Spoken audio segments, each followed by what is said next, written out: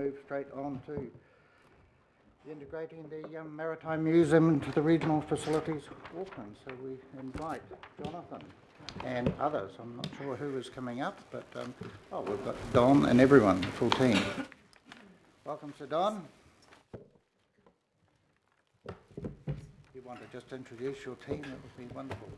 Thank you very much. Of course, Jonathan Wilkin, new sort of deputy in RFA. Vincent Lapanovic, of course, current CEO of Voyager Maritime, and David Winston, chair of the current trust board. Thank you, Mr. Chairman, and honourable members. It is our pleasure, obviously, to come before you just to paint the short picture of how all this developed. Some of you would be aware that some 7 years ago, when RFA was set up, we were approached by a couple of the trustees of Voyager Maritime to assist them to possibly integrate with someone else. Recognising that their balance sheet was not strong, I suggested they did have a talk with Auckland War Memorial, which they did. However, after a period of time, that constructive matchmaking did not work, and the consequence was that Maritime came back to RFA. As you know, we are not a predator organisation, but we have taken on board two other organisations, very similar in the sense that they were singularly independent, North Harbour Stadium and Bruce Mason Theatre, but also, being trusts, had very weak balance sheets and were looking for a partner to assist them. So in the case of Voyager Maritime, the discussions went on for quite a while, and we were happy to be able to facilitate them into the RFA family, very much at their request. And I can only pass over to David Winston, who, being the chair of the trust, can comment if I've given a misleading version to this this recent marriage. No, I have to say that we had a very collaborative process with RFA. It goes back 2 years ago, and they wrote to us and talked about merging with the War Memorial, and from then we worked through with them to a process where we would integrate with them.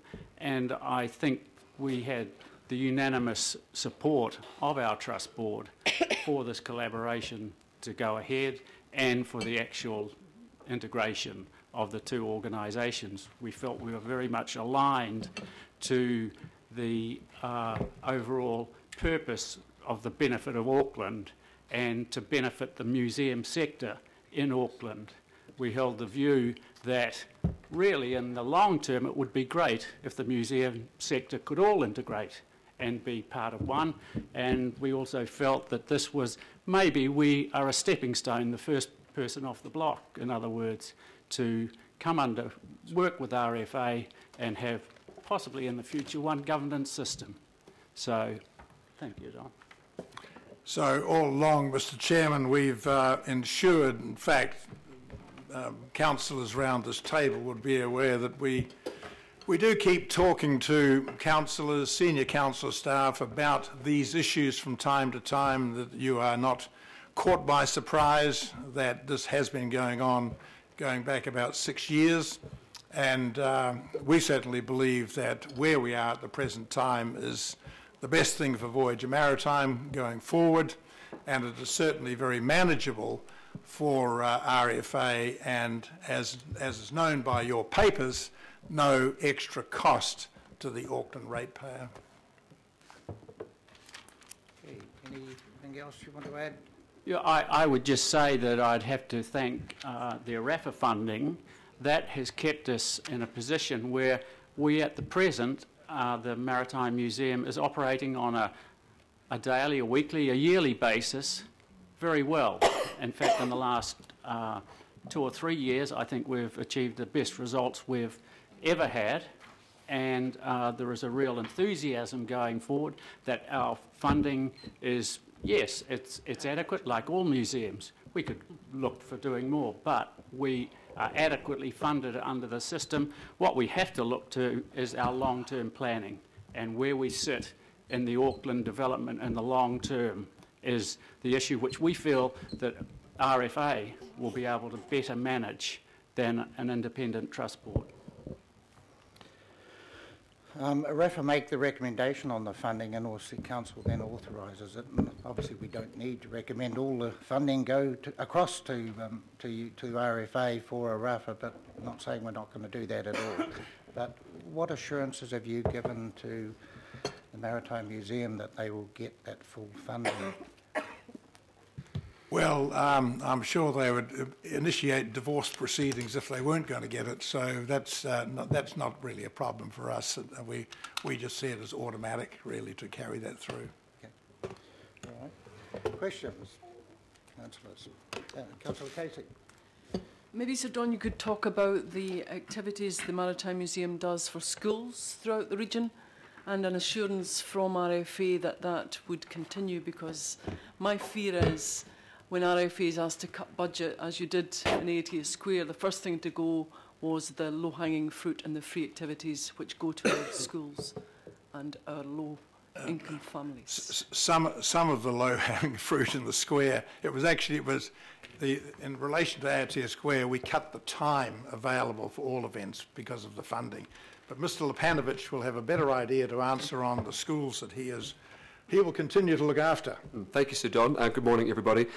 Regarding schools, so of the 160,000 odd visitors we have to the Maritime Museum every year, somewhere between 20 and 30,000 of those are formal learning experiences for school children. Obviously, we have a lot more children visit than that as independent visitors, but that's the group that come to meet our teachers and do our programs. We fund that through a variety of procedures. We've been fortunate to secure another contract in the last 12 months with LEOTC, which provides the lion's share of the funding for the education program.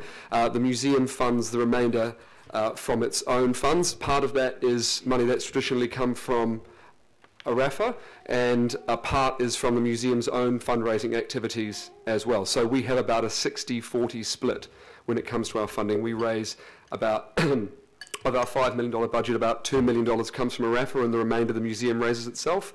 So I see, no reason that sort of funding profile should change, because the LEOTC funding, which is a really key part, is responding really well, that we've got a great review from the Ministry of Education.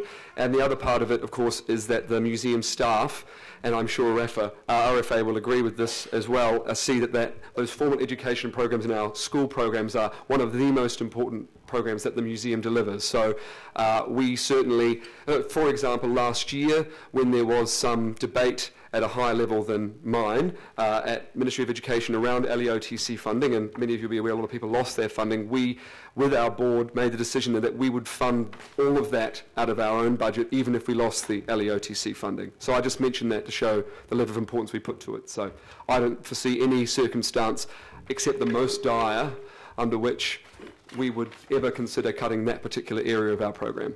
Very good to hear. When does the contract for LEOTC finish? We just signed another 2-year contract. 2 years. If Jonathan Wilkin could just add to that from the RFA point of view. Through the Chair, I think it's worth noting as well that across all of RFA's programs, we engage in excess of 100,000 school kids every year, and that's through programs run by Auckland Live, the Art Gallery, the Zoo and others.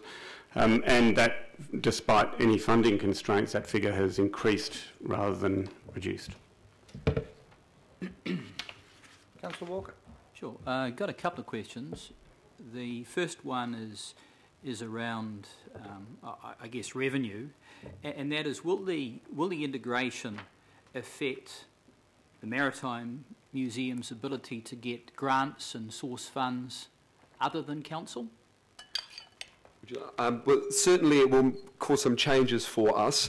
To a large extent, from my understanding, and I'm not a funding advisor, that's not my particular area of expertise, but being part of a RAFA already blocks us from some lines of funding that we might be able to receive, because some organisations view that as quote-unquote council money.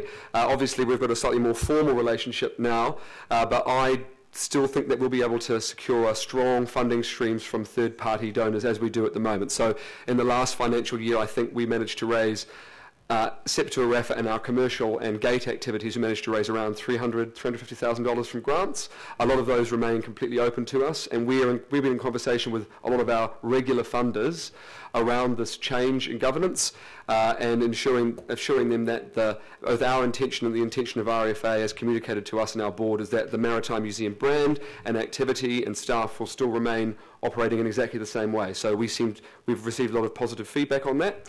So I don't foresee any major changes. We may have to get creative, but that's no bad thing. Okay, and the other question goes to transparency and accountability, and the context is point 5, which I note says, by bringing the museum into the council family, thereby enhancing accountability for operational expenditure and asset planning processes. So my concern is that what's happening with other things in RFA is we're not seeing transparency and accountability, for example, with the art gallery. Is it possible to have some accountability and some visibility over the Maritime Museum even when it's within RFA? And I'm referring to typical accounting approaches around cost and revenue centres, but in this instance it's not simply a business unit, it's also a unit that attracts philanthropy and funding, volunteers, and that the community has a significant interest in separately to RFA. I'll ask Jonathan Wilkin to expand on that, but one of the areas where we do have some degree of difficulty is when we are dealing with purely commercial activities, hence a degree of confidentiality. But I think the level of transparency is about as high as we can get within that overall framework. So through the through the chair, in terms of asset management processes, we engage as we always do through the long-term planning process, and those the allocations sought with respect to the Maritime Museum are just in the context of the previous levels of funding that were received, and that's entirely apparent and above the line. With respect to other aspects, then absolutely we are as transparent as we can be in the context of the way in which RFA operates to get the maximum benefit for ratepayer funding. So some of the benefits that we get from the advantages of scale of RFA are with respect to centralised servicing across a number of our facilities, and we would expect some of those advantages also to help with the Maritime Museum. So to some degree, some of the costs of running all parts of RFA get centralised within RFA, and that might be what is causing your concerns about transparency, but it is also equally giving us an ability to improve ratepayer funding outcomes, as we have done over the past 7 years. So is that a yes, that we can have transparency and oversight and have some separation within the RFA family?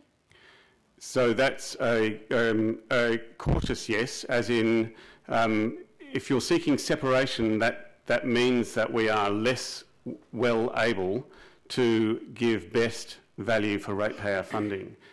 The way in which we improve ratepayer funding outcomes is to centralise various services and provision within RFA, which means that we don't have as distinct barriers between each of the individual businesses that RFA runs. Which is what is the case at the moment, and what we accept, Councillor Walker, is that at the business unit level they don't report in their quarterly or annual reports to that. That's correct, so we don't have any information. Through the commercial sensitivity is an element, a considerable element that should be respected, but that can be brought up in a different presentation, because this is not really about RFA and their procedures. This is about the integration. Through you, Mr. Chair, I would like to see some information around the commercial sensitivity, because I would suggest that there isn't any commercial sensitivity. Okay. Mayor Goff. Thank you very much, Mr Chairman. Look, I understand this is a collaborative process and it's being done to achieve benefits that are perceived in terms of economies of scale and organisation, but I do have 3 questions about it. The first is really building on what the Chair asked initially. I know it will be absolutely the intent of the RFA to pass on the Arafa grant, but intent and guarantee may not be the same thing. How do we know that there is a guarantee? How does the Arafa board know that there is a guarantee that any money paid to RFA ends up as intended for the use of the Maritime Museum? So I could just about answer that question. We put that forward to RFA, and they have, in their agreement we worked on, that they didn't guarantee it, but they would use best endeavours for the first 3 years to fund us to the extent we are funded now. Okay, do you want to add to that, Sir Don? I think that was a perfect answer. Okay, it falls a little short of a guarantee, and I mean, if I was on the Arafa board, I'd be, you know, the money is being voted for this purpose. I'd want to be absolutely sure that it was spent for that purpose. I know that's your intent, but we wouldn't have any difficulty answering to the Arafa board if we have to. I just don't see anything other than a force majeure situation that we would not pass on the full Arafa money. So all of your comments are being taken down and will be used in evidence in the future if required. The second thing is, you say it's not going to have any impact on operational spending. Or the paper says that. What's the impact on CapEx? How does it impact our accounts to have the Maritime Museum and its assets and liabilities as part of those accounts? Yeah, well, I think, John, again, as you know, Arafa is all about operational funding, so capital funding then comes back onto us, RFA. Jonathan? Yeah, but sorry, my question was, I've moved on from the Arafa part to what actual impact does it have to have on our books, on our debt, to have the liabilities and assets of the Maritime Museum there, in a CapEx sense? Yeah, well, yeah. Through the Chair, I mean, practically speaking, RFA has been responsible for passing through funding from Auckland Council, through capital funding, this is, through to the museum. And so, for instance, over the last 2 years, that's resulted in a net total of $600,000 in council funding for capital works within the museum, $300,000 a year that RFA has managed on council's behalf. Now, the long-term plan submissions from RFA project that out over that level of funding out over the 10 years. But is there a net liability that adds debt to our accounts that would affect our debt to revenue ratio? Have you had those discussions with council staff? Not. I don't think in that respect have we. No. We don't know. I think it'd be a good idea if you did, even at this late stage, because we need to know what that impact is. Yeah, we'll get back to you on that one. As I say, we have certainly looked out for the next few years on what are the other demands by Voyager Maritime. The essential thing is that operational funding. Okay, if I can ask you through the Chair, Mr Chair, just to have that discussion with our officials, because you know, we're very conscious of our debt to revenue ratio at the moment. We're just about at the limit for it, and we need to be cautious in terms of what undertakings we make. I think I can add, Mr Chairman, I can add to the Mayor. I think, as everyone knows, the location of Voyager Maritime now is not likely to be in the longest term. It is not an easy place for people to find. It is very much dominated by the retail sector down there. In fact, retail revenue is a huge part of their revenue. So all of us, many around this table, have looked at, is there another location in the general waterfront area for a Voyager Maritime Museum? Yeah, that's another issue. You know, obviously, whichever way this went, we would have to work through. My last question is really just from a public perspective, what changes are we likely to see short and long term because of this integration? hopefully you won't notice a lot at all. Hopefully it'll run very smoothly because the same people are there. Vincent's been running it very effectively for how long? Nearly 3 years now. 3 years. We want a smooth transition and we want to see it expand in the way of greater number of visitors, really. Yeah. Is there any, sorry, just if I can elaborate on that question, Mr. Chairman. The integration itself, change can be quite positive, of course, and that's what we hope we might get out of this. With that integration, what can RFA bring to the Maritime Museum that may assist it in terms of its ability to provide a great experience for the public or to market itself? I mean, what are the benefits that might arise from the integration? Well, Jonathan will say something on this too, but, immediately you bring them into that RFA family. And one of the areas we're looking at is where, ultimately one ticket can take you to a number of destinations throughout that RFA family. So there are clear indications that you can make life for visitors to Auckland a lot smoother if they can transfer a visit from one place to another. Jonathan? Yes, through the chair. If I could speak on behalf of some of the other institutions within RFA and the benefits that we have driven through those. We have a number of institutions that are similar to the museum, so the zoo and the art gallery being the primary ones, but also to some degree Auckland Live, where there is a strong customer-facing component. There are great benefits in shared training and staff movements between the organisations. There are great benefits with respect to guiding operations under a broader strategic direction for all of Auckland. There are significant benefits in scale in terms of the degree and extent of forward and financial planning and asset planning that we can bring to the museum. There are a whole range of benefits that I feel have already been manifest in some of the other RFA institutions that I'm sure were the reason behind the Trust's approach to RFA in the first place. Thank you, Mr. Chair. Right, well, I have Councillor Cashmore, Philippine, Bartley, Cooper and Simpson. Councillor Cashmore. Yeah, very briefly, gentlemen, just for transparency's sakes, 3 quick questions. Do you have a trading profit annually at the present time at the Maritime Museum? Well, yes, I suppose technically we do, if one discounts depreciation.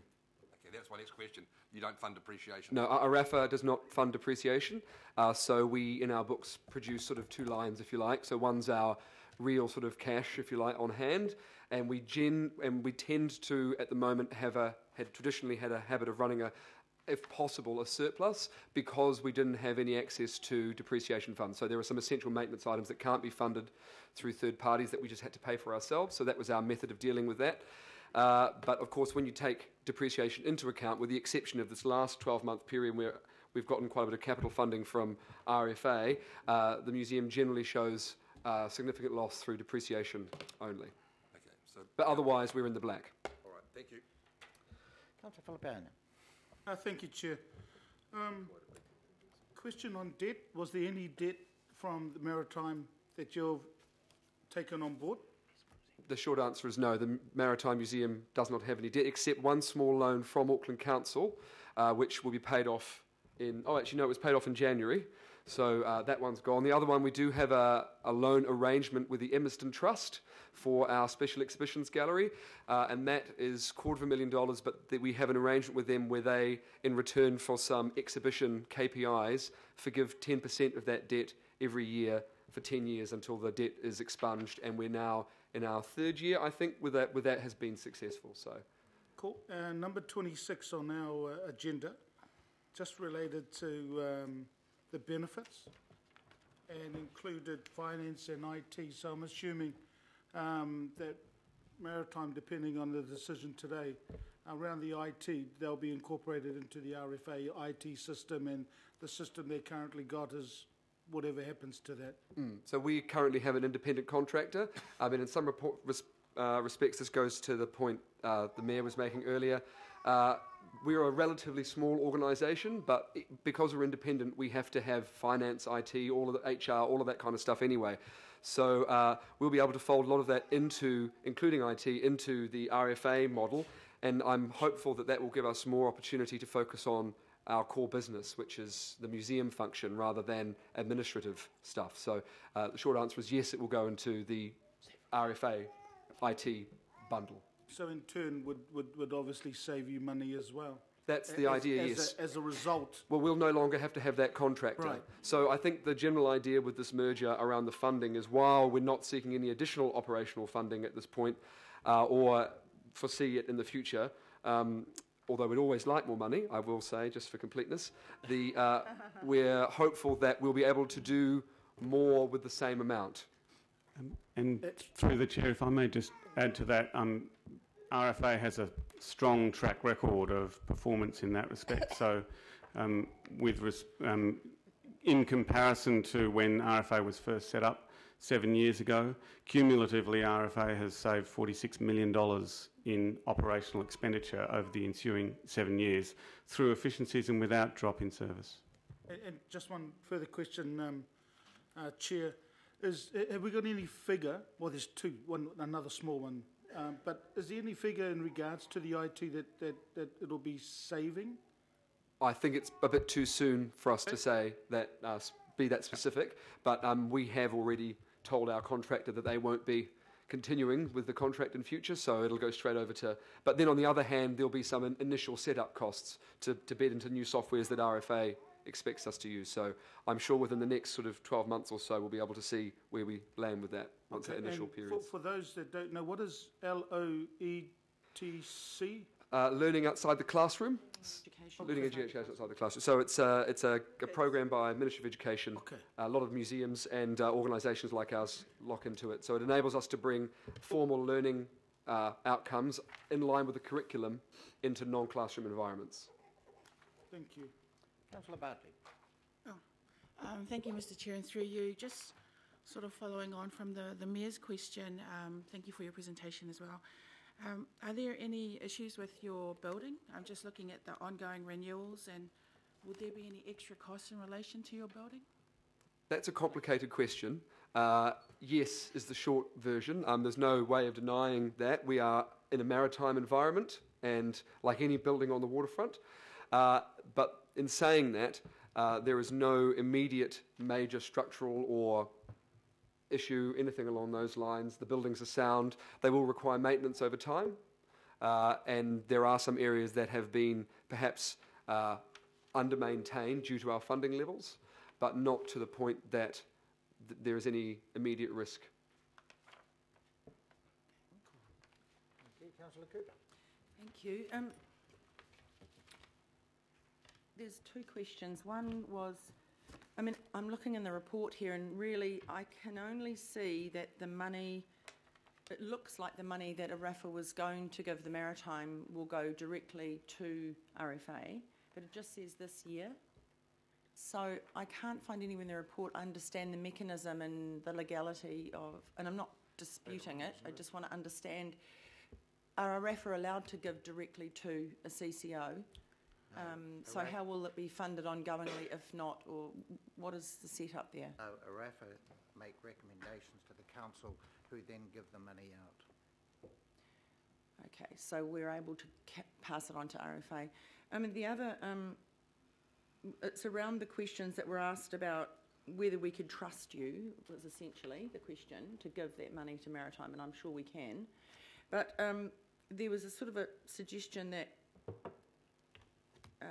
oh, you might not give as much, etc., but if we look at, and I was trying to find it in our recent, I think it was our February finance performance, that actually the council was asking ARAFA to really look hard at how much money it was giving out and not to be driving it up. So I'm just, I guess it's a wider question, Mr. Chair, around if we're asking regional facilities to be handing all the money on and make sure we're increasing and all of that, then we would be asking the same of RFA, would we not? It wouldn't be a different mechanism, and it would really be up to ARAFA how much money they're giving, and also the difference between what the difference in the operational cost now is for Maritime Museum, with all its administrative and back office support, that it might not need to provide now, there may be a difference. So I'm a little bit confused about the questions going on about RFA not passing on, and we're expecting our RAFA to not so much be driving down but not be increasing. So why would there be a different expectation on RFA? That's my confusion, Mr. Chairman. I thought it would be a similar expectation, not a different expectation, because we're handing it on to a CCO. Yeah, it's a very good query and a very good questions. But if you can bear with us, that we're just about to start the cultural review, which obviously focuses mostly on the museum and the art gallery, but it will have fallout further down as to what we do. And one of the things that may come out of it is a review of a RAFA, which is a moving feast anyway. So that is a work in progress. I think getting back down to the actual how the money flows between regional facilities and the Maritime Museum is at the business unit, and there will be swings and roundabouts and flows this way and flows that way. I think obviously the Maritime Museum feel as though they're going to come out this marriage winning, and it'll be a happy marriage. As Sir Don said, there would be divorce proceedings fairly quickly if there was a feeling as though they were getting shafted, so to speak. So if you don't mind, we just, as I say, it's that's all fine. a work And I in mean, progress. it's as I thought, Mr. Chairman. RFA aren't out there seeking new organisations to take on board. It's been a request, as it was from the Q Theatre as well. We are kind of and as in the RAFA Act, it says we should be the funder of last resort. Thank you, Councillor Cooper. Councillor Simpson. Mr. Chairman, thank you. My question was just, thank you. What you're really saying is you have the legislative ability to do this. You've agreed to do this. I have noted, and I will say it again, with Mr. Maritime CEO, that you hope to do more with the same amount. That's always something that we like to hear. So my question is, you're not asking us, you're basically advising us, correct? That it's happening. That's correct. Yeah. This is very much a case of saying we've come to an agreement. We want you to be informed now of the formal agreement, and obviously the RAFA side of it is the one area that brings the council into the arrangement. With that funding for that year, I get that. Yep, just confirming that. That the RAFA side did not apply to Bruce Mason or North Harbour Stadium. Correct. Yeah. All right. So, Sir Don, you made the comment right at the start that RFA is not a predatory organisation, and we appreciate that. And at times you have picked up some sick puppies, and Maritime is not a sick puppy, but Bruce Mason was in trouble. Just going forward, I mean, obviously there are other RAFA organisations under the auspices of RAFA. I mean, obviously you would feel confident that if there was initiations or anything that you could, following a good business case, etc., that you would be comfortable that you could make things better. Well, I would believe so, but they would begin with clearly an open discussion about what does the other organisation want, and do they feel that we can be of benefit. And in case of both QBE Stadium and Bruce Mason, we kept councillors up and council officers up to play with that.